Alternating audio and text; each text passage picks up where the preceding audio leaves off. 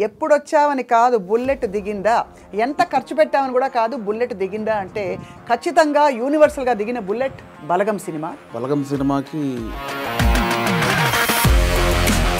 Filmfare అందుకుంటున్నప్పుడు మీ emotion అసలు ఊహించుకోలేం కదా. భయపడ్డాను, అంటే షివర్ అయిపోయాను. ఇట్స్ జెన్యూన్ 20 సంవత్సరాల వెయిటింగ్, దానికోసం అయిన ఖర్చు చాలా ఉంది. సో రెండిట్లో మరి ఏది ప్రిఫర్ చేస్తారు మీరు? ఏది యాక్టింగ్ అప్పుడు మీరు రాజా కదా, అనుభవించినారు తెలుస్తుంది. ఒక సినిమా తీసి అది హిట్ కొట్టినప్పుడు ఆ డైరెక్టర్ ఎందుకు అంత గడ్డాలు వేసుకుంటాడు. సో అది డైరెక్షన్ అనేది మీకు ట్రైనింగ్ లేదు, బ్యాక్గ్రౌండ్ లేదు. అంటే యూజువలీ నేను ఐఎమ్ ఫ్రమ్ థియేటర్ అని చెప్పుకుంటారు చాలా మంది. సినిమానే అండి, నేను cinema is your learning platform, అంతేనా? అండ్ నాకు ఏదైతే వచ్చిన గ్యాప్ ఉందో అదే ఇప్పుడు నా సక్సెస్కి లీడ్. ఎక్కడెక్కడి నుంచో అలా అలా అలా అలా డక్కాముక్కీలు తిన్నారు, వైభవం చూశారు, ఖాళీ టైంలో చూశారు, అన్నీ చూసుకుంటూ యువర్ హియర్ టుడే. చాలా అప్ అండ్ డౌన్ చూసాను, అప్ అండ్ డౌన్ చూసాను, చాలా చూసాను. అక్కడ మీ కళ్ళలోనే కనపడుతుంది. వేణుగాడు కాలు పెడితే లెగ్గు, వేణుగాడు కాలు పెడితే లెగ్ అని చాలా తెలిసిన వాళ్ళు కూడా సెంటిమెంట్కి భయపడే వేషాలు ఇవ్వకపోవచ్చు. 2-3 పెద్ద డైరెక్టర్తో డైరెక్ట్గా. ఆ పెద్ద డైరెక్టర్లు ఎవరో?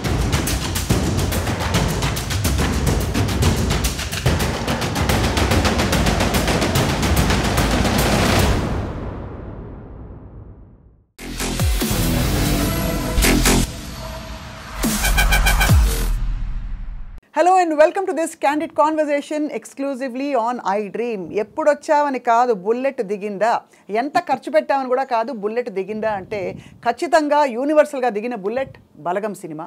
అండ్ ఈ మధ్య ఫిల్మ్ఫేర్ అవార్డ్స్ 3 ఈ సినిమాకి రావడం ఆశ్చర్యం ఏమీ కాదు. So I have with me అందరికీ సుపరిచిత నటులు and the one and only Balagam fame, Balagam director, Jabardasth fame వేణుగారు. వేణుగారు నమస్కారం. నమస్తే అండి. Very happy to see you. మిమ్మల్ని తరమి చూస్తే కూడా ఒక హ్యాపీనెస్ అవుతుంది ఇప్పుడు కూడా. థ్యాంక్ యూ అండి. నాకు కూడా ఆఫ్టర్ లాంగ్ టైం నేను మళ్ళీ ఒక ఇంటర్వ్యూకి వచ్చాను. అంటే చాలామంది అడుగుతున్నారు కానీ అండి బలగము చాలా చేశాము, మళ్ళీ నెక్స్ట్ అనౌన్స్మెంట్ తర్వాత మళ్ళీ స్టార్ట్ చేద్దామన్నాను. మధ్యలో ఫిల్మ్ఫేర్, ఆ ఫిల్మ్ఫేర్ తర్వాత ఫస్ట్ స్వప్న గారు అనగానే ఎస్ అన్నాను నేను.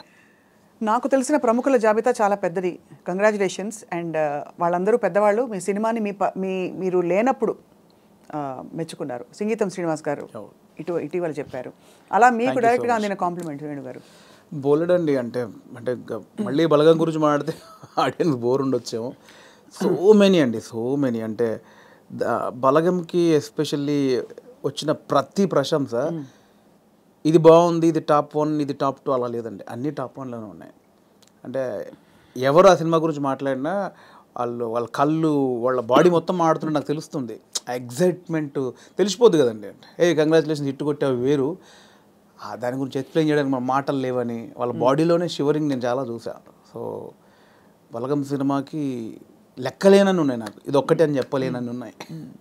ఫిల్మ్ఫేర్ అందుకుంటున్నప్పుడు మీ ఎమోషన్ అసలు ఊహించుకోలేం కదా. భయపడ్డాను, అంటే షివర్ అయిపోయాను. అంటే బలగం రిలీజ్ అయిన 1.5 year తర్వాత జరిగిన ప్రోగ్రామ్కి లోపల ఏదో చిన్న షివర్ అయిపోతున్నాను. బేసికలీ ఇది నిజమా కాదా అంటే కాన్ఫిడెన్స్ అంటే డెఫినెట్లీ కొడతామని ఉంది. దానికి బిఫోర్ ప్రజెంటేషన్స్ అన్నీ చూస్తుంటే అది ఒకటే బ్యాలెన్స్ ఉంది, డెఫినెట్లీ వస్తుంది అని ఒక ఉన్నా కూడా అనౌన్స్ చేసిన తర్వాత స్టేజ్ మీదకి వెళ్ళేటప్పుడు కూడా చిన్న షివరింగ్ అయ్యి వచ్చేసినాయి. ఎందుకంటే సీరియస్గా ఒక కెరియర్ స్టార్ట్ అయిన దగ్గర నుంచి లైక్ 2000 నుంచి నేను ఇండస్ట్రీలో ఉన్నాను. యాక్టర్ని 2003-4 ఆ టైంలో అయ్యాను. అవును. అప్పటి నుంచి ఒక పెద్ద స్టేజ్ మీద ఒక అవార్డు తీసుకోవాలి, అదే యాక్టర్గా, అప్పుడు యాక్టర్నే కాబట్టి యాక్టర్గా తీసుకోవాలని ఉంది. నా ఫస్ట్ మూవీకి సంతోషం అవార్డు నాకు ఇచ్చారండి. దాని తర్వాత మళ్ళీ 20 సంవత్సరాలు పట్టింది. 2023లో జై సినిమా అనేది యాక్టర్గా కమిట్ అయ్యాను. 24లో రిలీజ్ అయింది. 24లో మళ్ళీ 2004లో సినిమా రిలీజ్ అయితే 2024లో మళ్ళీ అప్పుడు అవార్డు తీసుకున్నాను, సంతోషం అవార్డు. మళ్ళీ 20 సంవత్సరాల తర్వాత మళ్ళీ తీసుకున్నాను. సో ఆ గ్యాప్లో ఎన్నో క్యారెక్టర్లు చేసి మనకు ఈ అవార్డు ఫంక్షన్లలో తీసుకోవాలి ఎన్ని కలలుగానే ఉంటాను. నేను అందుకే ఆ రోజు స్టేజ్ మీద కూడా చెప్పేశాను, ఓపెన్గా చెప్పేశాను, ఎన్ని నిద్రలేని రాత్రులు, ఎన్ని సిగరెట్ డబ్బాలు, ఎన్ని మందు బాటిళ్ళు, ఎన్ని ఆశలు. అది ఎవరో కాదు, ఇట్స్ జెన్యూన్ 20 సంవత్సరాల వెయిటింగ్, దానికోసం అయిన ఖర్చు చాలా ఉంది. అందుకే ఆ స్టేజ్ మీద నాకు చెప్పాలనిపించింది. అది చెడు కావచ్చు, మంచి కావచ్చు, నేను ఎంత వేదన పడ్డాను అంటే నా అవార్డు కోసం కదా, ఒక సక్సెస్ ఏదో ఒకటి ప్రూవ్ చేసుకోవాలి, ఇండస్ట్రీ అంతా ఒక్కసారి నన్ను చూడాలి. దానికోసం రెగ్యులర్గా అంత ఆరోగ్యం పాడైపోయింది. అంటే అది ఆరోగ్యం పాడవడం అనరు, బట్ నా జెన్యున్ ఫీలింగ్ అది. అది ఎన్ని రాత్రులు, ఎన్ని డిస్కషన్లు, ఇవన్నీ జరిగాయి కాబట్టి అదంతా ఇంత సాలిడ్గా మళ్ళీ ఒక ఫిలింఫేర్లో ఒక ఇయర్కి బెస్ట్ డైరెక్టర్, బెస్ట్ మూవీ, అది టాప్ నాచ్ అవార్డ్స్ అవి. అందుకనే ఇప్పుడు ఇంకా మీ లీగ్ మారిపోయింది. ఇంకా వీళ్ళ వేణుగారు గుర్తుపడతారా లేదా అనుకున్నాం మీ అందరం. అదేం లేదండి, బలగం వేనే ఎప్పుడు కమెడియన్ వేనే. అంతేనా? ఇంక 20 సంవత్సరాలతో కూడా నన్ను కమెడియన్ వేన్గా చూడవచ్చు, నాకు అది ఇష్టం బాగా. కానీ మీకు చాలా స్ట్రాంగ్ ప్రెజెన్స్ అండి యాజ్ అన్ యాక్టర్, కమెడియన్ కూడా. ఆ తెర మీద కొద్దిసేపు వచ్చినా కూడా ఒక్కసారి అంటే కొంతమందికి ఆ లగ్జరీ ఉంటుంది. సో రెండిట్లో మరి ఏది ప్రిఫర్ చేస్తారు మీరు? ఏది యాక్టింగ్ అప్పుడు మీరు రాజా కదా. డెఫినెట్లీ డైరెక్టర్ అనేది ఒక చిన్న పాయింట్ ఎక్కడో తగులుద్ది కదండి. ఏ డైరెక్టర్ ఒక చిన్న పాయింట్ ఎక్కడో ఫ్రెండ్స్ చిట్చాట్లోనో లేదా నిద్రలోనో ఏదో డ్రైవింగ్ చేస్తున్నప్పుడు సంబంధం లేని టైంలో ఒక చిన్న ఫ్లాష్ అవుతుంది ఏదో, ఏ డైరెక్టర్కైనా ఏ రైటర్కైనా, ఇది బాగుందే ఇప్పుడు స్వప్న గారు ఉన్నారు నాకు పరిచయం. స్వప్న గారు నాకు పొద్దున ఇలా సరదాగా అనిపించింది, ఎలా ఉంది అంటే స్వప్న గారు ఒక రియాక్షన్ ఉంటుంది, హే భలే అని. ఆ ఒక్క చిన్న ఐడియాకి ఇంకొకటి సపోర్ట్, ఇది ఒక 10 మంది ఒక 100 మంది దగ్గరికి వెళ్ళేసరికి ఇది పాయింట్గా చేయొచ్చు. అక్కడ నుంచి పేపర్ ఒక కథ రెడీ అవుతూ ఉంటుంది. అక్కడ నుంచి ఒక ప్రొడక్షన్ దగ్గరికి వెళ్ళిన బడ్జెట్లు, గోల, ఇవన్నీ రైటింగ్, సాంగ్స్ ఇవన్నీ జరిగి స్క్రీన్ మీదకి వెళ్ళేసరికి ఒక రూపం వస్తూ ఉంటుంది. దాని తర్వాత మనకి ఎడిటింగ్లో ఒక ప్రాపర్, దాని తర్వాత ఆర్ఆర్, దాని తర్వాత మిక్సింగ్, అంటే ఎక్కడో ఒక చిన్న పాయింట్ కళ్ళ ముందు అలా రూపాంతరం చెంది. అంటే లైక్ బేబీ అండి, ఒక బేబీని కడుపులో పడ్డప్పటి నుంచి బయటకు వచ్చేదాకా తెలియదు. అవును, అంత ఉంటుందండి డైరెక్షన్. సో ఇది ఎప్పటికైనా ఇది గోల్డెన్, అంటే అనుభవించినాడు తెలుస్తుంది. ఒక సినిమా తీసి అది హిట్ కొట్టినప్పుడు ఆ డైరెక్టర్ ఎందుకు అంత గడ్డాలు వేసుకుంటాడు, ఎందుకంత ఎగ్జైట్ అవుతాడంటే నాకు అనుభవించాక తెలిసింది దాని కష్టం. అంటే ఒక 5 years దాని వెనకాల నేను పడ్డ జర్నీ అంతా నాకు తెలుసు కాబట్టి. సో అది డైరెక్షన్ అనేది చాలా గొప్ప విషయం అండి, గొప్ప విషయం, ఒక గొప్ప ఫుల్ఫిల్మెంట్ మీకు. అంతే, అంటే కంప్లీట్ ఒక థాట్ దగ్గర నుంచి ఎండ్ వరకు మనమే చూస్తాం దాన్ని. అవును. అండ్ యాక్టింగ్ అనేది అది కూడా అంటే నా నెక్స్ట్ సినిమాలో ఒక మంచి సెటప్ ఉంటుంది దానికోసం, అది కూడా సూపర్ అండి. అది నేను రెండు ఏది అంటే నేను చెప్పలేను, ఇది ఫ్రెష్గా అనుభవిస్తున్నా. కానీ ఇప్పుడు మీరు ఇలా అవార్డ్ విన్నింగ్ డైరెక్టర్ అయిపోయారు కాబట్టి కొంచెం ఎక్స్క్యూజ్ మీ అన్నట్టు ఉంటానేమో అందరు మీతో. అదేం లేదు, నేను ఎప్పుడు దాన్ని నమ్మను. అలా ఎక్స్క్యూజ్ మీ అంటే నేను స్టేజ్ మీద మాటలు చెప్పనేమో. అంతేనా? అయితే ఇప్పుడు యాక్టింగ్ ఆఫర్స్ వస్తాయి, కంటిన్యూ చేస్తాయి? చాలా వస్తున్నాయి, బట్ నా రెండో సినిమా మీద అంటే ఇప్పుడు నాకు బలగం ద్వారా మీరే చూశారు, చాలా రెస్పాన్సిబిలిటీ వచ్చింది. అవును, భయం వేస్తోంది. అంటే ఇంతమంది డెఫినెట్లీ నన్ను ఆశీర్వదించిన వాళ్ళందరూ మళ్ళీ నా సినిమా చూస్తాను, వాళ్ళని సాటిస్ఫై చేయాలి అనేది బాధ్యత, భయం ఎక్కువైపోయింది నాకు ఇప్పుడు బేసిక్గా. అందుకే ఈ సినిమా వరకు నేను పెద్దగా యాక్టింగ్ వైపు వెళ్ళట్లేదు. సినిమా తర్వాత డెఫినెట్లీ మళ్ళీ అంటే చిన్న క్యారెక్టర్లు చేస్తున్నాను, close friends, 3 days character, 5 days character, lengthy క్యారెక్టర్లు అయితే చేయదలుచుకోలేదు. కానీ ఇప్పుడు ఎలాంటి కథలు చెప్పాలి మీరు అనుకుంటున్నారని మిమ్మల్ని అడిగితే ఏం చెప్తారు మీరు? మిమ్మల్ని మూవ్ చేసే కథలు ఇప్పుడే నాకు డెఫినెట్లీ మట్టి కథల మీద ఎక్కువ నాకు ఉంటుందండి. రియలిస్టిక్ థింగ్, కొంచెం ప్రాక్టికల్గా ఉన్న విషయాలను చెప్పాలనేది నాకు ఉంటుందండి ఎక్కువ. నా చిన్నప్పటి నుంచి చిన్న ఫీలింగ్ అదే. ఇంట్లో పెరిగిన వాతావరణం, మా ఫాదర్ పెరిగిన వాతావరణం, మా ఫాదర్ చిన్న కమ్యూనిజం, ఆయన చిన్న కమ్యూనిస్టు. సో తెలియకుండా అదే బ్లడ్ ఉంది నాలో. సో అందుకే అటువైపే వెళ్తుంది నాకు. కమర్షియల్ అనేది మేబీ ఫ్యూచర్లో చేస్తానేమో. ప్రజెంట్ అయితే మైండ్ అంతా నేను చిన్నప్పుడు నా జీవితంలో, నా జర్నీలో జరిగిన విషయాలు చాలా ఉన్నాయి, చాలా ప్రాక్టికల్ విషయాలు ఉన్నాయి. చాలా జనాల్ని అంటే రెగ్యులర్ కమర్షియల్ అన్నీ చేస్తున్నాం కదా, ఒకసారి చూసి బలగంలాగా ఆలోచించి అరే ఇది కదా మన చుట్టూ ఉన్నాయి కదా అని ఆలోచించే విషయాలు చాలా ఉన్నాయి నా వరకు అయితే. సో అది ఎంతవరకు చెప్పే పరిస్థితి ఉందో తెలియదు, చెప్పేంత వరకు చెప్తాను. చాలా సంతోషకరమైన విషయం ఏంటంటే వేణుగారు, ఇప్పుడు ఇక్కడ తెలంగాణ రాష్ట్రం నుంచి టాలెంట్ ఎంత బ్లాసమ్ అయ్యి ఎన్ని చక్కటి మట్టి కథలు వస్తున్నాయి, ఎంత మంచి టాలెంట్ ఉంది అసలు. చాలా ఏళ్ళు ఆల్మోస్ట్ బయటికి రాలేదు అనిపిస్తుంది. ఆమె రాంగ్? నేను తప్పుగా మాట్లాడాను, కరెక్ట్ చెప్పాను? కరెక్ట్ అండి. ఇప్పుడు బయటికి రావడం, కట్టలు తెంచుకుని ఒక్కొక్కళ్ళు అంటే ఇక్కడ ఈ గడ్డ మీద ఉండే ఆలోచన ఏంటది, ధాటి అంటారు చూడండి, ఆ కన్విక్షన్ అది చాలా గొప్పదండి. అంటే మట్టి నుంచి పుట్టిన కథలు కదా. అంతే అండి. ఇంతకుముందు ఇక్కడ ప్రాంతం వరకు ఏంటంటే కొంచెం చదువు లేక ఆకలి చౌలు ఇక్కవరకే ఉంది, బట్ అక్కడ సృజనాత్మకత కూడా ఉంది, చాలా ఉంది. అంటే ఇటువైపు ఎన్ని కథలు ఉన్నాయి, అటువైపు ఎన్ని కథలు, ఎక్కడైనా మనుషులు ఉన్న చోట చాలా కథలు ఉంటాయి. అవును. సో ఇక్కడ కథలు కూడా ఇప్పుడు వస్తున్నాయి. అందుకే ఇప్పుడు అంటే ఎట్ ప్రజెంట్ నా మూడంతా ఇక్కడే ఉందన్నమాట. నా జర్నీలో నేను చాలా కథలు చూశాను, అందులో ఒకటి బలగం. సో ఇంకా చాలా కథలు చూశాను. సో అవన్నీ చెప్పొచ్చు, దాన్నే కమర్షియల్గా చెప్పొచ్చు. ఇప్పుడైతే మరి మీ రెండో సినిమా వివరాలు అడగచ్చా? ఇంకా టూ సూనా? సూన్ అండి, సూన్ డెఫినెట్లీ. అంటే అఫీషియల్గా నా ప్రొడక్షన్ నుంచి వచ్చినప్పుడు అడిగితే బెటర్. నో డెఫినెట్గా. కానీ అందరికీ క్యూరియాసిటీ ఏంటంటే బలగం తీసిన తర్వాత మీరు చాలా జాగ్రత్త పడాలి. ఇంకా రెండో సినిమాకి అదే స్థాయిలో మెప్పించాలి, ఇంకా ఎక్కువ మెప్పించాలి వీలైతే. మరి ఏంటి మీ ఆలోచనలు దాని మీద? ఉందండి, కథ అయిపోయింది, ఆల్మోస్ట్ కథ అయిపోయింది. ఇంకా అఫీషియల్గా అనౌన్స్ చేస్తాం త్వరలో. మళ్ళీ డెఫినెట్లీ నన్ను ఎవరైతే ప్రేమించారో, ఆశీర్వదించారో వాళ్ళని ఒప్పిస్తానని నమ్మకం అవుతుంది. నాకు అదైతే ఇప్పటివరకు అయితే ఖచ్చితంగా ఒప్పిస్తానని నమ్మకం అవుతుంది. అంతకుముందు కామెడీ యాక్టర్గా జబర్దస్త్లో మీ జర్నీ ఎలా ఉండేది వేణు గారు? అది హ్యాపీ జర్నీ అండి, చాలా హ్యాపీ జర్నీ నా లైఫ్లో. అంటే జాలీగా ఉన్న రోజులు అవి. అంటే నేను 2004లో యాక్టర్ అయిన తర్వాత 2015 వరకు గాడ్ గ్రేస్ని అసలు వెనక్కి తిరిగి చూసుకోలేదండి. అంటే నేను డైలీ 4 షూటింగ్లు 5 షూటింగ్లు. అంటే ఈరోజు హైదరాబాద్లో ఉంటే సడన్గా మీరు వేణుగారు ఎక్కడున్నారంటే ఈరోజు ఇక్కడే ఉన్నానండి ఈవినింగ్ అంటాను. రేపు ఫోన్ చేసి దుబాయ్లో ఉన్నానండి. అదేంటి నేను ఈవినింగ్ హైదరాబాద్ అన్న, అంత బిజీగా ఉన్నాను నేను. అంత బిజీగా ఉన్నా డైలీ 3-4 షూటింగ్లు, ఈవెంట్స్ అని దుబాయ్లు, యూఎస్ ఫారిన్ షెడ్యూల్స్, చాలా బిజీగా ఉండేవాడిని. ఐ థింక్ 4 నుంచి 15-16 వరకు నేను వెనక్కి తిరిగి చూసుకోలేదు. అంటే మా ఇంట్లో నెలకి ఒక వారం రోజులు తింటే హ్యాపీ, అంత బిజీగా ఉండేవాళ్ళు. పొద్దున ఎప్పుడైందో, సాయంత్రం ఎప్పుడైందో, నైట్ ఎప్పుడైందో తెలిసేది కాదు. సో 15 తర్వాత కొంచెం జబర్దస్త్ నుంచి బయటకు వచ్చి అప్పుడు ఇంకేమైనా చేసుకోవాలని ఈ బలగం ఏదైతే దానికి ప్లానింగ్లో ఉన్నప్పుడు మాత్రం కొంచెం ఒక 3-4 ఇయర్స్ బాగా స్ట్రగుల్ అయ్యాను. సో కానీ ఎలాగా అంటే మీరు చెప్పారు కదా, అంటే మీరు మట్టిలోంచి పుట్టిన కుటుంబం మీది. మరి మీరు పొట్టకోటి కోసం అయినా పనిచేయక తప్పదు. అవును. మరి ఒకవైపు ప్లానింగ్, ఇంకోవైపు యాక్టింగ్ ఆపర్చునిటీస్ వదులుకోవాలి. అప్పుడు మీకు సంఘర్షణ వచ్చిందా? అయ్యో చాలా అండి. అదే అంటే యాక్చువల్లీ నేను 2013లో జబర్దస్త్ స్టార్ట్ అయింది. అప్పుడు పీక్స్ నేను యాక్టింగ్లో, స్టేజ్ షోలని, యాక్టింగ్ అని చాలా పీక్స్. ఆ జబర్దస్త్కి వెళ్ళిన తర్వాత మేము ఎక్స్పెక్ట్ చేయలేదు. మాది స్టార్టింగ్ స్టేజ్, మాది స్టార్టింగ్ టీం, మాది ఎక్స్పెక్ట్ చేయలేదు. యాక్చువల్గా జస్ట్ ఒక 13 days, ఒక 4 రోజులు ఇవ్వండి చాలు అని తిరిగేవాళ్ళు, మా వెనకాల తిరిగేవాళ్ళు. సో ధనరాజు, మా చంద్ర అప్పుడు కొత్తవాడు, ఇంక వాడు ఇంకా రాలా అసలు. ధనరాజు నన్ను పక్కగా పట్టుకున్నారన్నమాట వాళ్ళు. అంటే మేము ఇద్దరే అంతకుముందు స్కిట్లు చేసాం, స్మోక్ టీవీ అని అవన్నీ చేసాం. సో వీళ్ళని పట్టుకోవాలని చాలా పట్టుకున్నారు. నేను కన్విన్స్ అవ్వాలా, ఎందుకంటే సినిమా నేను అప్పట్లో కొంచెం టీవీ అంటే టీవీకి వెళ్తే సినిమాకి రాలేరేమో అనేది ఉంది. ఇప్పుడు లేదు. ఇప్పుడు స్క్రీన్ అనేది ఉన్నది తప్ప big screen, small screen, phone screen లేదు. ఇప్పుడు స్క్రీన్ అంతే. అప్పుడు ఆ వేరియేషన్స్ ఉన్నాయి. సో అప్పుడు 13 రోజులు మంచి అమౌంట్ ఎక్స్పెక్ట్ చేయని అమౌంట్ ఒకటి. 4 days కదా అని లైట్గా కమిట్ అయ్యాం.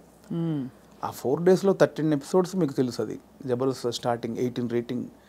అంటే గురువారం వస్తే వెయిట్ చేసేవాళ్ళు, గురువారం కోసం ఒక టీవీ షో కోసం వెయిట్ చేసేవాళ్ళు. సో 13 days తర్వాత మళ్ళీ బతిలాడి ఇప్పుడు అనుకున్న అమౌంట్ కంటే డబ్బులు పెంచారు. సరే అని మళ్ళీ 13 చేసాం, 27 episodes చేసాం. ఆ తర్వాత ఇంకా అది జబర్దస్త్ ఎట్లా అయిపోయిందంటే తెలుగు రాష్ట్రాల్లో గురువారం వస్తే ఏంటి అనేది. ఇప్పుడు స్కిట్లు రాయడం అది కూడా ఎలా జరిగేది? అది ఉండేది. సో అప్పుడు ఏంటంటే అప్పుడు ఇంకా ఇది మీకు తెలియట్లేదండి, ఇది చాలా అద్భుతం, మీకు ఎంత అంటే అంత ఇస్తాం, మీరు కంటిన్యూ చేయండి అన్నారు. అప్పుడు నేను ఏంటంటే నాకు సినిమా అనేది, నేను సినిమా కోసం వచ్చాను, ఇది చాలా బాగుంది, చాలా డబ్బులు ఇస్తున్నారు, ఇంటింటికి గడప గడప వెళ్ళాం, రీచ్ అయ్యాం, ఇంత డబ్బులు వస్తున్నాయి, అటు షోలు, రెమ్యునరేషన్ అన్నీ వస్తున్నాయి, కానీ నాకు సంబంధించింది పోతుంది. అవును, నేను సినిమా అనుకున్నాను, దీనికోసం రాలేదు, ఇటు పోతే నా సినిమాకి దూరం అవుతాను, దీని నుంచి బయటకు వచ్చాను. అబ్బా చాలా పెద్ద ఇదండి. మామూలుగా సెటిల్ అయిపోతాం మనం, పైసలు వస్తున్నాయి కదా ఎందుకు బై నీకు అందుకని బయటికి వెళ్ళాము. బయటికి వెళ్ళాక 1.5 year తర్వాత ఇది రైజ్ అయిపోయింది. అంటే ఇంటర్నెట్ ఫ్రీ అయిపోయి ప్రతి ఒక్కరికి సెల్ ఫోన్ చేతిలోకి వచ్చేసి ఇది వైరల్ అయిపోయింది. అప్పుడు ఏమైంది, నేను జబర్దస్త్ కొన్ని చేశాను కాబట్టి సినిమాలో కొంచెం దూరం అయిపోయా, టీవీకి వెళ్ళడం వచ్చేసి. అవును అవును అవును, ఇది వచ్చేసిందని నేను దాన్ని పక్కన పెట్టేసి సినిమాకి వచ్చేసరికి ఇది పక్కకు పెట్టేశారు. అరే ఇలా అయింది ఏంటి అని కసిలో మళ్ళీ ఒక 1 year చేసాం. అవును, మీరు తిరిగి వచ్చినప్పుడు అయితే వెల్కమ్గా తీసుకున్నారు మిమ్మల్ని, తీసుకున్నారు. మళ్ళీ 1 year చేసిన తర్వాత అప్పుడు ఇంకా మైండ్లో డబ్బు అని మళ్ళీ ఇటు వెళ్ళినోని మళ్ళీ ఇటు వచ్చా, ఇక్కడ మళ్ళీ డబ్బు కోసం వచ్చా, బట్ లోపల మాత్రం ఇది కాదని నన్ను వేధిస్తుంది అనమాట. మళ్ళీ బయటకు వచ్చాను.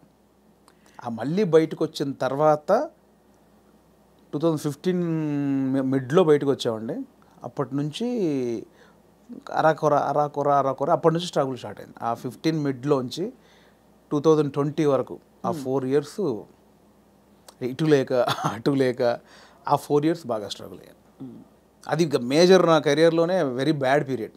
అంటే తినడానికి ఉండడం వేరు, అది వేరు, బట్ మైండ్ బిజీగా ఉండడం మెయిన్ ఇంపార్టెంట్. అవును, మైండ్ బిజీ. మనం అసలు ఎక్కడ ఎటు వెళ్తున్నాం అని ఒక తెలుస్తుంది కదా లోపల. పొద్దున 6 గంటలకు వేస్తే స్టాఫ్ వచ్చారా, పొద్దున 12 గంటల వరకు ఈ షూటింగ్, మధ్యాహ్నం ఆ షూటింగ్, దుబాయ్, ఇటు ఆస్ట్రేలియా, ఇవి అన్నిట్లో ఈ స్కిట్ల బిజీ ఉంటుంది. ఇప్పుడు మీరు ఇందాక అడిగారు స్కిట్లు, మినిమం ఒక స్కిట్ రాయడానికి 2 రోజులు పట్టేదండి. ఎవరు రాస్తారు? నేను, నా టీం మెంబర్స్, ఎవరైనా ఒక రైటర్, అంటే మనకు సింక్లో ఉన్న మెయిన్ టీమ్ లీడర్ దగ్గరనే ఉంటుందండి. ఇంప్రూవ్ అని ఉంటుందండి యూఎస్లో, అంతా ఉంటుంది. ఇది 100% ఇంప్రూవేషనే స్క్రిప్ట్ అండి, స్క్రిప్ట్ రైటింగ్ ఏ ఉండదు. సో మీకు దానికి నేపథ్యం, మీరు థియేటర్కి వెళ్ళారా? థియేటర్ ఏం లేదండి, నాకు థియేటర్ ఎక్స్పీరియన్స్ లేదు, జస్ట్ మీరు చూసి నేర్చుకునేవి. అంతే అంతే. ఎందుకంటే మనం కూర్చున్నామండి, ఇప్పుడు పాయింట్ ఎట్లా వస్తే మనం కూర్చున్నాము, లేట్ అవుతుంది, ఈ లేట్ అయిన గ్యాప్లో ఏం చేద్దాం అని ఒక థాట్, ఏం చేయొచ్చు అని కూర్చొని మాట్లాడుకోవడం. అలా మాట్లాడుకుంటే ఏదో జోకులు వస్తూ ఉంటాయి. ఓ బంచ్ ఆఫ్ జోక్స్ వచ్చాక అసలు దీనికి ఏంటి కంటెంట్ ఏంటి, కథ ఏంటి, ఓ ఇలా వచ్చాడు, ఓ మిడ్లో గొడవ జరిగింది, లాస్ట్లో ఆ గొడవ పడి సారీ చెప్పాడు, ఓ స్టార్ట్, ఓ మిడ్, ఎండ్, ఏం చేయొచ్చు దీనికి, అలా కూర్చి స్కిట్ రాయడమే. అలా టీం అంతా రాయడం, ఆలోచన ఎక్కడ పాయింట్ వస్తుంటుంది. అది టైమింగ్ ఎడిటింగ్లో అసలు, అంటే మా టైంలో అయితే ఎడిటింగ్ సెన్స్ లేకుండానే దింపేసేవాళ్ళం అండి. దింపేసారు. ఇప్పుడు ఎలా ఉందో నాకు తెలియదు. నా ధనరాజు కానీ, నేను కానీ, అప్పుడు రాఘవ్ గారు కానీ, చంద్ర కానీ, అంటే అప్పుడు ఇప్పుడంటే పాపం వాళ్ళు జబర్దస్త్ వాళ్ళకి, ఇప్పుడు వాళ్ళకి ఏమైందంటే కొన్ని వేల పాయింట్లు టచ్ చేశారండి. అవును, ఎన్ని స్కిట్లు అయి ఉంటాయి, కొన్ని వేల స్కిట్లు అయి ఉంటాయి, వేల పాయింట్లు టచ్ చేశారు, ఇంకేం చేయాలో అర్థం కాక వాళ్ళకి. అవును. అప్పుడు మేము కొత్త కాబట్టి మాకు అన్ని కొత్త ఆల్ పాయింట్స్. ఇప్పుడు అత్తా కోడళ్ళు ఓ 100 పాయింట్లు ఉంటాయి, అప్పుడు మాకు అవన్నీ కొత్త. ఇప్పుడు అత్తా కోడలు చేయమంటే ఏది చేసినా కూడా ఆల్రెడీ చేసినట్టే ఉంటుంది. సో అట్లా మాకు చాలా పాయింట్స్ దొరికేవి. ఇప్పుడు చంద్ర మొత్తం ఫ్యామిలీస్ మీదకి వెళ్ళిపోయేవాడు, నేను అన్నీ కొంచెం టిపికల్గా ఉండాలి, అరే నేను ఈ కొంచెం కొత్తగా ఏదో చేసేవాడిని, ధనరాజు ఇంకో, అట్లా ఎవరి కేటగిరీ వాళ్ళకు ఉండేది. సో అప్పుడు పోటాపోటీ బాగా చేసాము. సో ఆ 15 నుంచి బయటకు వచ్చాక అంత మంచి రెమ్యునరేషన్స్ కానీ, ఈవెంట్స్ కానీ, మీకు తెలుసు ఈవెంట్స్ ద్వారా మంచి ఆర్టిస్టులకు మంచి ఆదాయం ఉంటుంది, చాలా బాగుంటుంది. అదే కదా. సో అటు ఇటు మిస్ అయ్యి ఈ 15 నుంచి 20 వరకు నేను దాదాపు మీరు ఎక్స్పెక్ట్ చేయలేని అమౌంట్ మిస్ అయిపోయాను. సో ఆ లోపల అది ఉంటుంది, అది బాధ అనమాట, తిండికి బాధ కాదు. అనవసరంగా దాంట్లోంచి బయటకు వచ్చావు, ఇప్పుడు ఇంత పోయింది, ఇప్పుడు ఇది లేదు అది లేదు. ఇప్పుడు మన బతుకులకి నువ్వు వచ్చిన నేపథ్యానికి అది చాలా పెద్ద అమౌంట్. దాన్ని మిస్ అయిపోయామే, తప్పు చేసామా, ఒప్పు చేసామా, అనవసరంగా సినిమాని ఓ పెద్ద బిల్డప్ ఇచ్చుకొని బయటకు వచ్చావు, ఇక్కడ ఇది లేదు, అక్కడ అంతా సాలిడ్ అమౌంట్ మిస్ అయిపోయి ఏంట్రా తప్పు చేసామనే గిల్ట్ ఒకటి ఉంటుంది చూసారా, ఆ గిల్ట్ ఎక్కువ పోయాను అనమాట. అవును, లక్షల సంపాదన వదులుకోవడం అంటే ఈజీ విషయం కాదు. అండ్ ఇప్పుడు పొద్దున్న లేవగానే ఇంకొకటి అండి, ఒక బిజీ మీరు ఉన్నారు స్వప్న గారు అంటే, మీరు ఇంకా మిమ్మల్ని కట్టేసినా కూడా మీరు ఆగలేరు, ఎందుకంటే మనకి అంత ఉంది, అంత పని చేసేవాళ్ళు పొద్దున్న లేవగానే మనం ఏం పని లేదంటే ఎలా ఉంటుంది. అదే బిగ్గెస్ట్ కామెడీ స్కిట్లా ఉంటుంది. అంతే, అది దానంత నరకం ఉండదు. పొద్దున్న లేవగానే ఆ స్కిట్, షూటింగ్, అట్ట ఇట్ట మైండ్ అలా పెట్టే మైండ్కి ఏమీ లేదంటే అది దానంత నరకం ఇంకోటి ఉండదు. అలా ఒక 3 సంవత్సరాలు ఫేస్ చేసిన తర్వాత ఆ ఫ్రస్ట్రేషన్లోంచి వచ్చిన ఐడియానే బలగం. అంటే ఇన్ని రాసాము, నేను చాలా సినిమాలకు, అంటే చాలా సినిమాలు కాదండి, నా ఫ్రెండ్స్ డైరెక్ట్ చేస్తా ఉంటే వాళ్ళకు నేను సబ్జెక్ట్లో కూర్చునేవాడిని, కామెడీ ట్రాక్స్ రాసి ఇచ్చేవాడిని. అండ్ సినిమాలో మేము కామెడీ సినిమా షూటింగ్ చేస్తూ ఉంటే ఏదైనా మనం ఇంప్రూవ్ చేసిన పంచ్ ఉంటుంది, అది స్క్రీన్లో చూస్తే పేలింది అంటే నాకు ఆలోచించే ఉంది. ఇప్పుడు స్కిట్లు నేను ఆల్మోస్ట్ ఒక 100 స్కిట్లు రాసా, వర్కౌట్ అయినా చాలా, అంటే నా ఆలోచన నుంచి పుట్టినాయి కదా. సో నాకు నేను ఎందుకు చేసుకోకూడదు, అంటే ఇప్పుడు ఒక అవకాశం ఒకరు ఇస్తారు, డెఫినెట్లీ అందరు ఇస్తేనే ఇక్కడ దాకా వచ్చాను. బట్ ఇప్పుడు ఇంత మనకు ఒక నాలెడ్జ్ వచ్చిన తర్వాత కూడా వెయిట్ చేయడం ఎందుకు అనేది ఆ 3 సంవత్సరాలు వచ్చిన ఇది. అక్కడ సరే నేనే హీరోగా చేసుకుందాం, నేనే రాసుకుందాం, నాకు ఒక కథ రాసుకుందాం, నన్నే ఇలా ప్రజెంట్ చేసుకుంటే దాన్ని చూసి వేషాలు వస్తాయి మళ్ళీ అనే దాంట్లో నేనే ఒక పాయింట్ అనుకుందామని స్టార్ట్ చేసిన జర్నీ. ఒక 3-4 పాయింట్లు అనుకొని అవన్నీ రెగ్యులర్గా ఉన్నాయి. ఇలా అయితే నన్ను ఎందుకు చూస్తారు, చాలామంది అలా వస్తున్నారు కదా. నన్ను చూడాలంటే మళ్ళీ నేను కొంచెం బ్యాక్వర్డ్ అయి ఉన్నాను, ఇప్పుడు నన్ను కొత్తగా చూడాలి, కంప్లీట్ ఆపోజిట్గా చూడాలి, అది ఏం చేయొచ్చు, చాలా సాహసోపేతమైన అది. అలా ఏం చేయొచ్చు అన్న పుట్టినప్పుడు థాటే ఒక చావులో ఎలా ఉంటుంది అంటే, నేను మా నాన్న జరిగిపోయినప్పుడు ఉన్న సిచ్యువేషన్స్ అన్నీ ఫనీగా చూసాను. ముందు ఎమోషన్ కాదు, అది ముందు ఫనీగా చూశాను. అంటే ఇప్పుడు తెలంగాణలో ఏంటంటే చేదునూరు అని ఉంటుంది, అంటే చుట్టం చూపు వాడు వచ్చినప్పుడు వాళ్ళని ఓదార్చిన తర్వాత చేదునూరు అనేది ఉంటుంది. అంటే ఇంత మందు తీసుకొచ్చి, ఇంత చికెన్ మటన్ తీసుకొచ్చి నా వంతుగా నీకు ఒక భరోసా ఇచ్చి, నీ బాధని తొలగించి ఈ వచ్చిన వాళ్ళు ఇస్తారు. అంటే ఆచారం ఏంటంటే అండి, ఇప్పుడు నేనున్నాను, నాకు ఒక మా ఇంట్లో ఎవరో చేదు జరిగింది. ఎవరో చనిపోయారు, చేదు జరిగింది. మా బావను, మా మామయ్యను, బావ మరుదు ఎవడు వాడు వచ్చి నన్ను ఓదార్చి సరే బావ జరిగిపోయిందని ఈ బాధను దూరం చేయాలి. నాకు ఏదైతే ఆ మిస్సింగ్ ఫీల్ ఉందో దాన్ని దూరం చేయగలని ఏం చేయాలి? ఇంత మందో బిందో తీసుకొచ్చి కాసేపు 2 గంటలు సపోర్ట్ ఉండి కడుపు నిండా తినబెట్టి ఏం కాదులే నేను ఉన్నానులే అని ఆ సపోర్ట్ ఇచ్చే వెళ్ళే విధానం అనమాట అది. కరెక్ట్. అవును. సో అదొక ఆచారంగా వచ్చింది, చేదు నోరు అంటాం. ఇప్పుడు పెద్ద ఫ్యామిలీ అనుకోండి, ఇప్పుడు ఇప్పుడు ఇప్పుడు ఇప్పుడు బాంబేలో ఉంటారు ఒకరు బావంట ఆయన, అక్కడ 10 మంది చుట్టాలు ఉన్నారు, ఇక్కడ చనిపోయింది కంపల్సరీ రావాలి, వస్తారు, ఈ ప్రక్రియ కూడా చేయాలి. ఇప్పుడు 10 మంది 10 రోజులు ఉండలేరుగా, 2 రోజులు చేసి వెళ్ళిపోవాలి. అవును. సో 10 మందిది వీడు తాగాలి, నేను తాగాలి, తినాలి. తాగాల్సిందేనా అంటే బాంబే నుంచి వచ్చాడండి పాపం, అంతే కదా, మా బావకి ఇలా జరిగిందని ఏదో ఆయన తృప్తిగా చేసే, నేను ఒక ముక్కనాన్న తినకపోతే ఆడేమనుకుంటాడు, ఫీల్ అవుతాడు కాబట్టి చేయాలి, కంపల్సరీ. సో ఈ ప్రాసెస్ మా నాన్న జరిగింది అనమాట. మాది పెద్ద కుటుంబం, మా అమ్మకి నేను 9వ వాడిని, మా పెదనాన్నలు 6, మా మేనత్తలు 3. ఆహా. సో మా ప్రతి పెదనాన్నకి ఫ్యామిలీ మినిమం 10 మంది, 7 మంది, 8 మంది, వాళ్ళందరూ వచ్చి ఒక 200 మంది మా కజిన్స్ ఉంటారు, అన్నయ్యలు, వదినలు, వాళ్ళ పిల్లలు అందరూ వచ్చేసి ఏమైపోయిందంటే ఆ 11 రోజులు మా నాన్నది చనిపోయిన నెక్స్ట్ డే నుంచి మార్నింగ్ ఒక సెటప్, 11 o'clock ఒక సెటప్, 1 o'clock తప్పదు. దీనిలో ఏం జరుగుద్ది? ఇప్పుడు నేనున్నాను, మీరు వచ్చారు, రాగానే సరే బావ ఇలా జరిగిందంటే సరే కూర్చో తాగదు అంటే కాదు కదా, మీరు అడుగుతారు ఎలా జరిగింది బావ ఏంటి అంటే నేను చెప్పాలి, నేను ఇలా ఉన్నట్టు నాన్న చూస్తూ అని ఏడవాలి. ఓకే అయిపోయింది. ఇప్పుడు 12 o'clock ఇంకోటి వచ్చాడు, వానికి కూడా సేమ్ ఏడవాలిగా. రాగానే రాబావ కూర్చోండి, వాడు మళ్ళీ చూసేవాడు ఒక కంట నీరు కూడా పెట్టలేదు, రాగానే తాగినని వాడు అనుకుంటాడని వాని కోసం మళ్ళీ సేమ్ ప్రాసెస్. ఏమైందంటే నానిలా లేడు అన్నీ అంటే నాకు అలా ఉంది. ఎలా జరుగుతుందంటే వస్తున్నారు, తాగుతున్నారు, ఏడుస్తున్నారు, తింటున్నారు, పంటున్నారు, ఏడుస్తున్నారు, ఏంద్రా అది.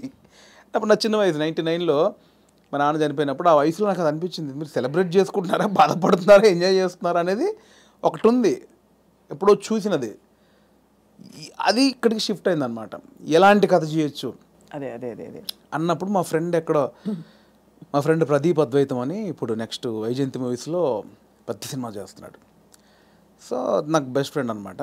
సో తనే ఏంటంటే ఒకసారి 10 days కనిపించలా, మళ్ళీ వస్తే డార్లింగ్ ఎక్కడికి వెళ్ళామంటే ఇట్లా మా పెద్దనాన్న చనిపోయాడు రా, గమ్మతుంటుంది మన తెలంగాణలో, మా తాగుడు గోల ఇలా ఏడుపు అని అన్నాడు. అది స్ట్రైక్ ఏదో బాగుంది కదా అని ఒకసారి రివెండ్కి వెళ్తే మా నాన్నది ఇంత జరిగింది కదా ఫన్ ఇక్కడ, ఇది కదా మనం ఆపోజిట్గా చెప్దాం అనుకున్నాం. అక్కంచెలు మొదలైన కథ. సో అప్పుడు ఒక 4 సీన్లు రాసుకొని ఫ్రెండ్స్కి చెప్తే వాళ్ళు హిలీరియస్గా నవ్వి దానికి ఇంకో 4 సీన్లు వేసి. కానీ ఇక్కడ విశేషం ఏంటంటేనండి, జబర్దస్త్ కావచ్చు, ఇది కావచ్చు, చాలా సీరియస్ అంశాలని లైటన్ చేయడం ఈజీ కాదు. సెంటిమెంట్స్ హర్ట్ అవుతాయని ఒక బాధ ఉంటుంది కదా. ఇప్పుడు మీరు పిల్లలు పుట్టలేదు ఒక జంటకి, దాని మీద మీరు జబర్దస్త్లో ఒక స్కిట్ రాయాలనుకోండి, చాలా మంది హర్ట్ అయిపోతారు, నీకు అసలు మనసుందా, నువ్వు సమాజంలో బాధ్యత గలవాడివా, ఇవన్నీ అడుగుతారు ఆబ్వియస్లీ కదా. అలాంటిదే చావు కూడా చాలా పర్సనల్, చాలా ఇది. కానీ ఇందులో మీరు ఒక విధమైన హ్యూమరు, లైఫ్లోని చాలా సటిల్గా జరిగిపోయే ఇవన్నీ తీసుకొచ్చారు చూడండి. అది దాన్ని కూడా మన పెద్దవాళ్ళు చెప్పిన నిదర్శనాలు అండి నిజంగా. అంటే ప్రతి విషయంలో మీకు సీరియస్నెస్ ఉంటుంది, కామెడీ ఉంటుంది. ప్రతి ఇన్సిడెంట్లో మీరు కామెడీ, ఇప్పుడు ఇది సీరియస్ అనుకోండి ఒక చావు అనేది, ఎగ్జాక్ట్ లేకపోతే ఒక కామెడీదే తీసుకుందాం, కానీ దానిలో కూడా సీరియస్ ఉంటుంది. ఇది చావు అనేది సీరియస్ అనుకోండి, దానిలో మనం కామెడీ చెప్పాను నేను, కానీ ప్రాపర్గా ఒక కామెడీ ఎపిసోడ్ ఉందనుకోండి, దాంట్లో సీరియస్ కూడా ఉంటుంది. మనం చూసే దృష్టికోణమే. నాకు ఒకసారి ఏమైందంటే అవునన్నా కాదన్నా అనే సినిమాకి మేము ట్రిప్కి వెళ్ళామన్నమాట. సో తేజ గారు, ఉదయ్ కిరణ్ గారు, సుమన్ శెట్టి, నేను, ధర్మవరం సుబ్రహ్మణ్యం గారు. ఆయన ఒక చోట ఒక మాట అన్నాడండి ఒక ఇంటర్వ్యూలో. ప్రెస్ వాళ్ళు అడిగారు, అదండి అందులో కొంచెం బూత్ ఉందండి, శృంగారం ఎక్కువ ఉందండి అంటే, ఆయన ఒక మాట, ఏ సందర్భమో నాకు తెలియదు, ఒక మాట నన్ను పడిపోయింది.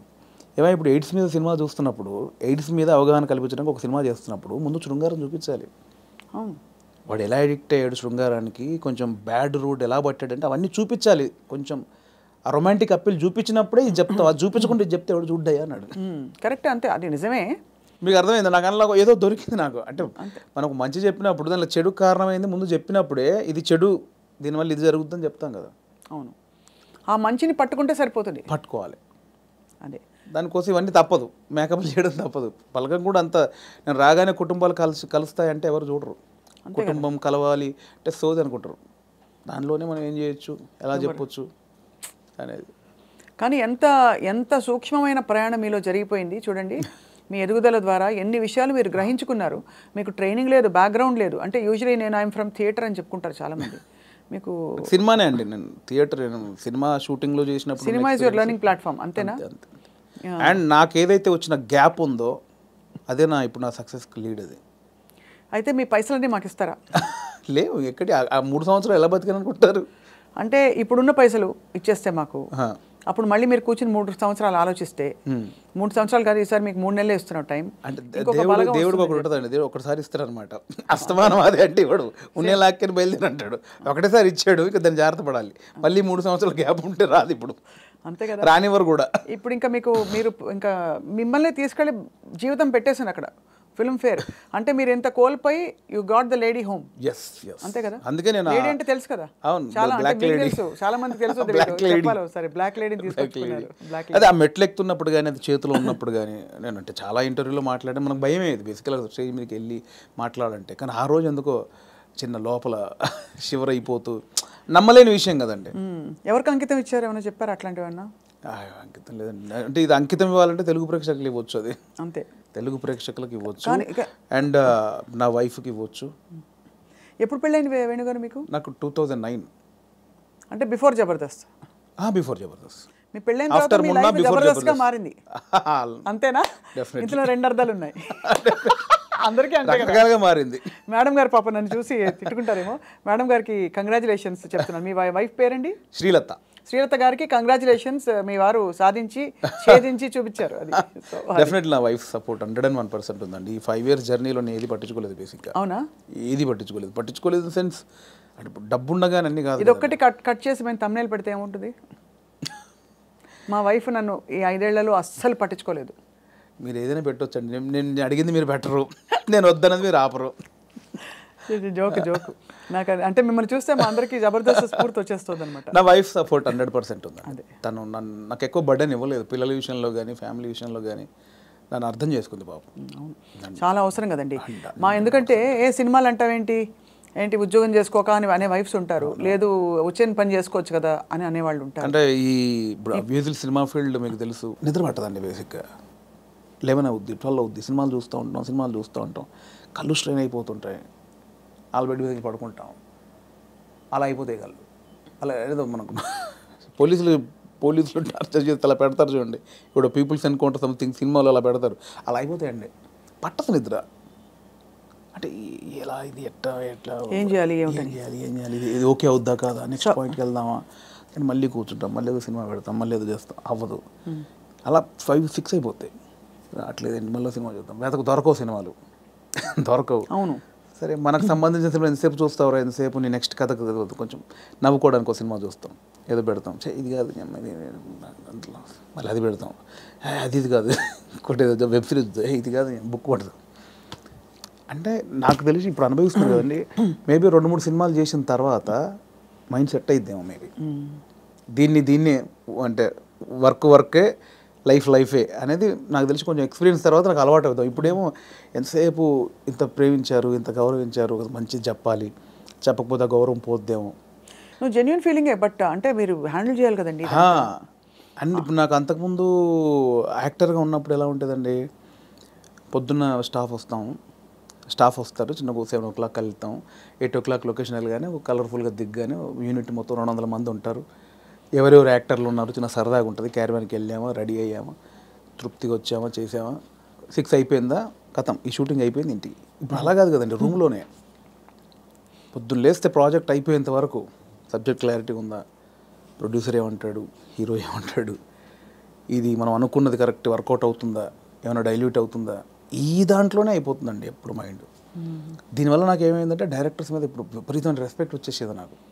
అంతకుముందు ఏముంది, వీళ్ళు తీస్తారులేదు సినిమా, వీళ్ళు ఇంట్రా దీనికి ఎక్కువ చేస్తారు అనిపించేది.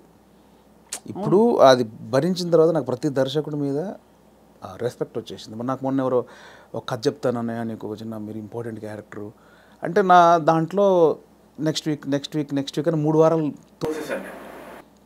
తర్వాత పాపం అనిపించింది, వస్తానంటే అన్న మీరు ఎక్కడ రమ్మంటారు, మీ ఆఫీస్కి రమ్మంటారా, లేదా కాఫీ షాప్లో కూర్చుంది, ఇవన్నీ అంటున్నాడు అతను. మీ ఆఫీస్ ఎక్కడ ఉందో చెప్పినా వస్తా. వద్దన్నా మీరు అలా అంటారండి, సారీ అని ఇబ్బంది పెట్టి, అదేం లేదు తమ్ముడు, అంటే నేను మీ ఆఫీస్కి వస్తానా, లేదా కాఫీ షాప్లో కూర్చున్నా, నీ ఆఫీస్ చెప్పు, నీ ఆఫీసు నీ టేబుల్ ముందు నీ చైర్ ముందే కూర్చొని వింటాను, నాకు ఎక్కడొద్దని చెప్పాను. ఎక్కడో సందులో చిన్న సినిమా, అక్కడికి వెళ్ళి కథని వచ్చా. ఎందుకంటే నాకు ఆ రెస్పెక్ట్ వచ్చేసింది. అది చిన్న సినిమానే పెద్ద సినిమా అయినా పాపం వాడు ఎంతో టైం పెట్టి ఒక ప్రొడ్యూసర్ని ఒప్పించి ఆ టీంని సెట్ చేసుకొని ఆ ప్రాసెస్ ఉంటుంది చూసారా, అది అనుభవించాను కాబట్టి నాకు రెస్పెక్ట్ వచ్చేసింది. సీరియస్లీ మోసేవాడికే తెలుసు అంటారు కదండి, కాబట్టి ఖచ్చితంగా అది నొప్పి నాకు ఆఫ్టర్ డైరెక్ట్ అయ్యాక తెలిసింది నాకు. It's what an amazing me journey. ఎన్ని విషయాలు బట్ చాలా చిన్న వయసులో మీరు ఛాలెంజెస్, నాన్నగారు 99లో అవునవును చనిపోయారు కదా. అవును. తర్వాత ఎలా మీ కుటుంబ బాధ్యతలు, మీరు చాలా ఎంతమంది అన్నదమ్ములు? నాకు కుటుంబ బాధ్యతలు నాకేం లేదు, ప్రాబ్లం ఏం లేదండి. యాక్చువల్గా నాన్న చనిపోయే వరకు అక్కల పెళ్ళిళ్ళని అయిపోయాయి. సో 2 అన్నలు ఉండేవాళ్ళు, చిన్న అన్నయ్య కూడా పెళ్ళి అయింది. నేను మా అమ్మ మార్కెట్లో కూరగాయల వ్యాపారం చేసేవాళ్ళం. సో నాకు బాధ్యతలు లేవు బేసిక్గా. అదొక వ్యాపారం చేశారు, ఇంకా ఉందా లేదా? ఇప్పుడు లేదు, అమ్మతో లాస్ట్ అయిపోయింది. నాది లాస్ట్, నా తర్వాత అమ్మ కొన్ని రోజులు చేసిన తర్వాత. సో నాకు బాధ్యతలు లేవండి అసలు. అక్కడ ఒకటి టెన్షన్ లేకుండా ఉంది. బట్ నేను ఊర్లో ఉన్నప్పుడే డబ్బులు సంపాదించాను కూరగాయల వ్యాపారంలో. ఇండస్ట్రీకి వచ్చాక మాత్రం నేను ఇంటి దగ్గర డబ్బులు అడుక్కొని రాలా.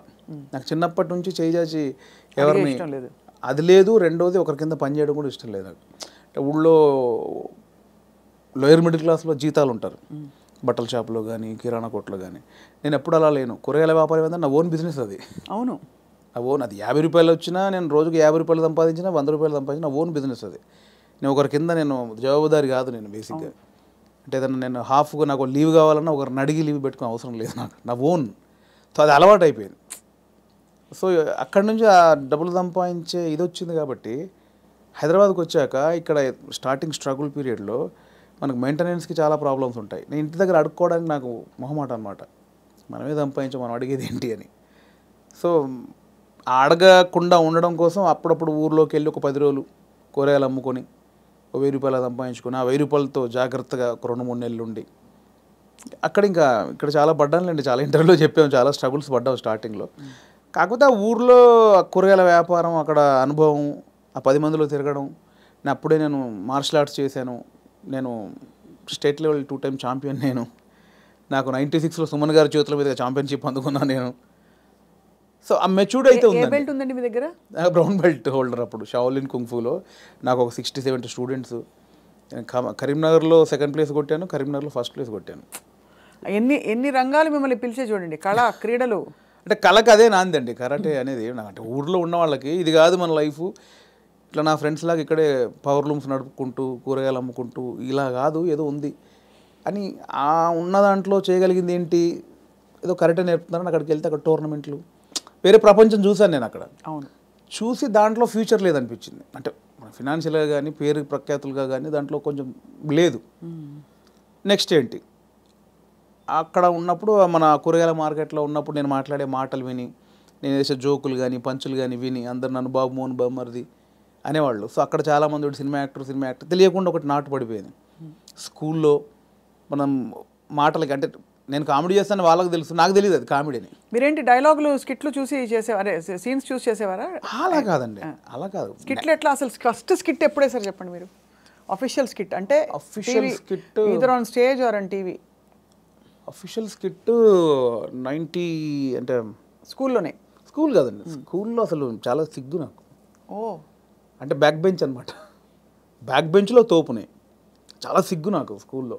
అది రాగా రాగా రాగా రాగా రాగా ఇండస్ట్రీకి వచ్చాక వచ్చింది అది. స్కూల్లో చాలా సిగ్గండి. స్కూల్లో యాక్టివ్గా ఉండి పాటలు పాడి అదేం లేదు. ఆ టైప్ కాదు.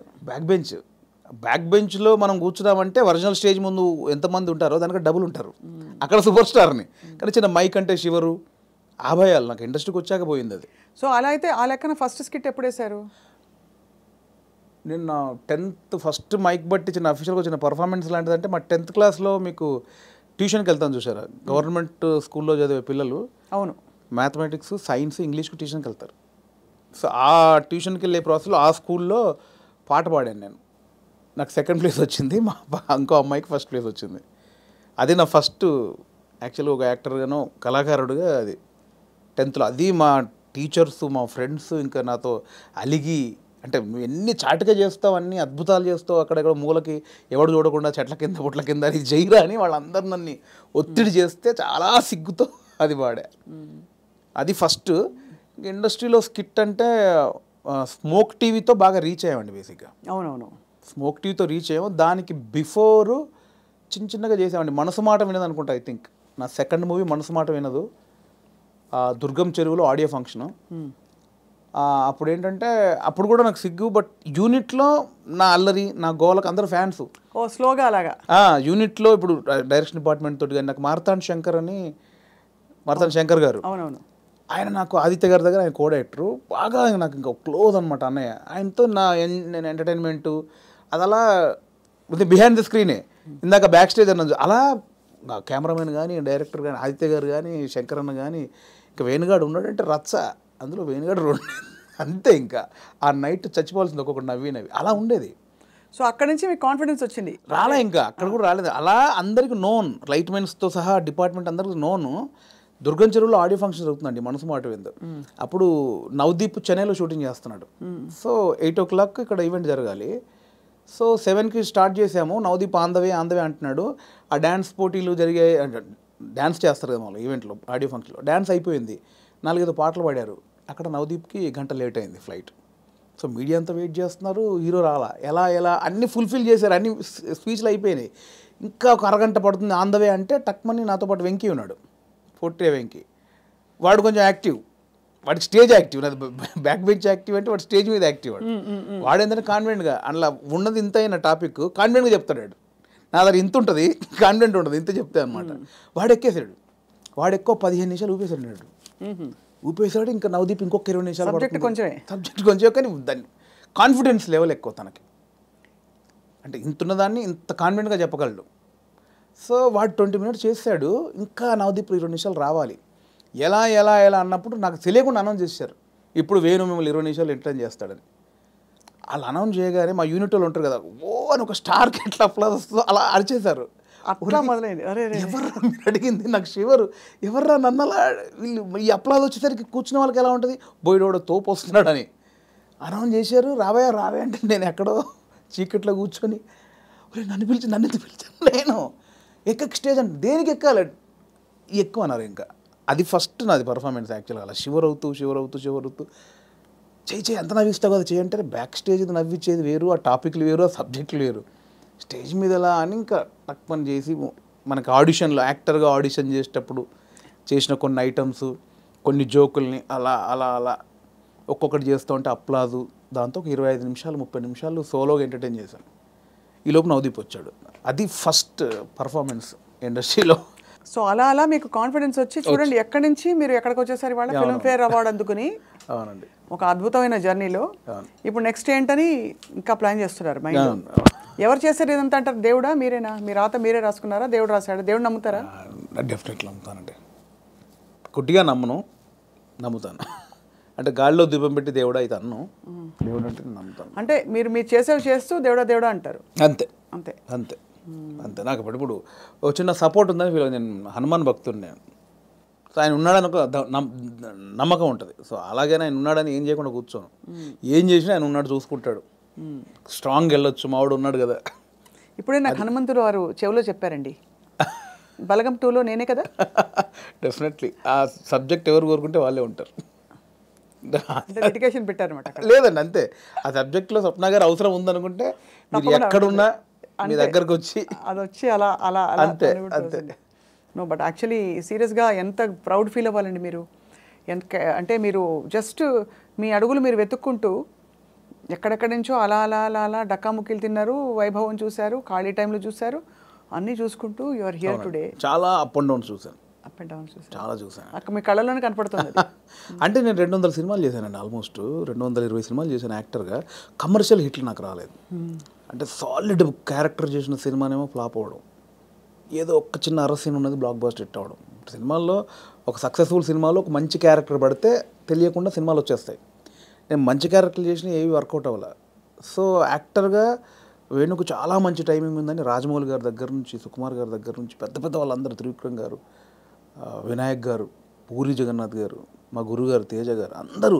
కానీ ఒక కమర్షియల్ బ్రేక్ పడినప్పుడు వాళ్ళు ఎవరేం చేయగలిగారు? ఇప్పుడు నేను బలగం సినిమా చేశాను, నాకు తెలిసిన యాక్టర్లు ఎవరిని పెట్టుకోలేకపోయారు. ఎందుకంటే ఆ సినిమా ఎవరిని కోరుకుంటుందో వారినే తీసుకుంటారు. ఎవరైనా అంతే కదండి, అటు బాగా చేస్తున్నాడని అందరూ తీసుకొని పెట్టుకుంటే అవ్వదు. ఇది బిజినెస్. నేనే పెట్టుకోలేకపోయాను కదా.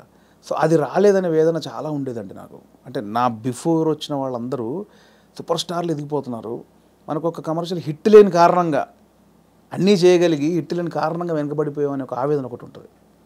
అది చాలా పెయిన్ఫుల్. ఆ మధ్యలో వేణుగాడు లెగ్గు అని ఒక ఆ టైంలో అంటే చాలా సినిమాలు మంచి క్యారెక్టర్లు పోయేసరికి తెలియకుండా ఎవడో అని వేణుగాడు కాలు పెడితే లెగ్గు, వేణుగాడు కాలు పెడితే లెగ్ అని చాలా తెలిసిన వాళ్ళు కూడా సెంటిమెంట్కి భయపడి వేషాలు ఇవ్వకపోవడం, దేవా చూసారా, ఇలా చాలా పెయిన్ఫుల్ జర్నీలు జరిగాయి.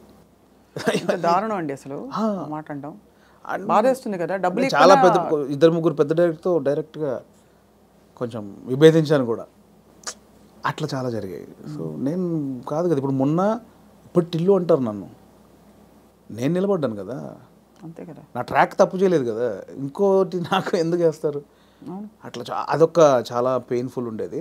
ఆ పెద్ద డైరెక్టర్లు ఎవరో అందరూ సహకరించిన వాళ్ళు అందరి నిమిత్తం మాత్రమే అండి.